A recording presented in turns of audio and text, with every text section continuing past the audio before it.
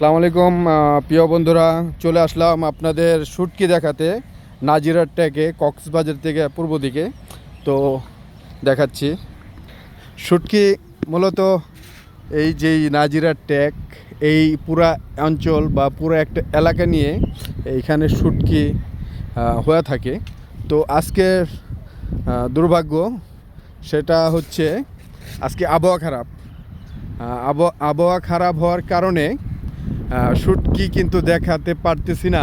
তবে এই যে যতগুলো ঘর দেখতেছেন, মানে এই ঘরগুলোর মধ্যে কিন্তু শুটকি ওনারা আবহাওয়া খারাপ হলে স্টকে এই ঘরগুলোর মধ্যে নিয়ে যায় শুটকিগুলো।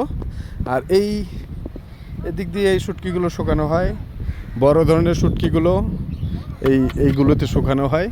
এর আগে আমি আসছিলাম কয়েকবার এই নাজিরারটাকে, তো তখন দেখেছিলাম যে কি পরিমাণ শুটকি এই অঞ্চলটা হয়ে থাকে বা হয়।